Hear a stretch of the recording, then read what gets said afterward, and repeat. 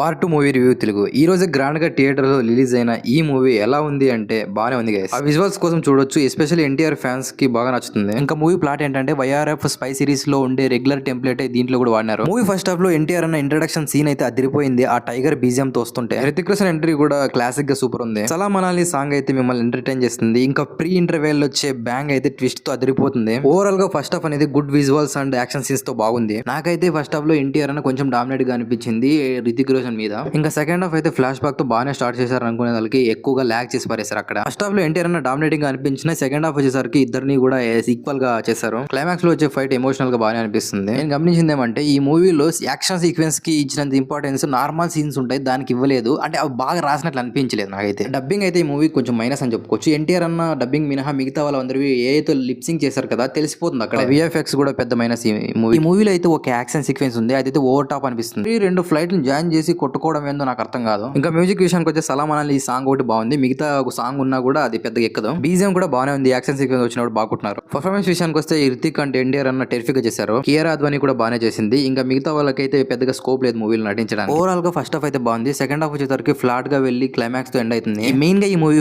Spy and action జానరా ఇష్టపడే వారికి చాలా బాగా నచ్చుతుంది. ఇంతకీ మీరు మూవీ చూసారా, ఎలా అనిపించిందో కింద కామెంట్ చేయండి. మీకు కనుక మన రివ్యూ నచ్చితే ప్లీజ్ సబ్స్క్రైబ్ చేసి వెళ్ళండి.